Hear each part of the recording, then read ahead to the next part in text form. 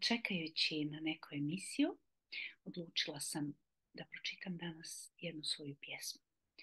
A danas je 18. februar 2023. 7 sati navečer. Božji dar.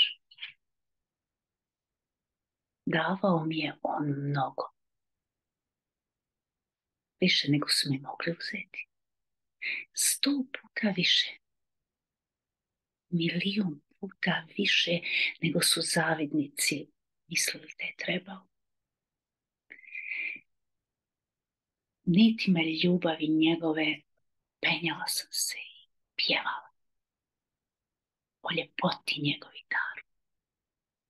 Leptjela sam po visinama i u podzemnim odajama svoga doma. Često biva.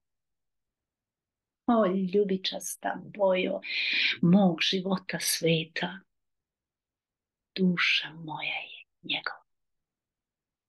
I sva dobra moje su njegova. Samo grijesi moji su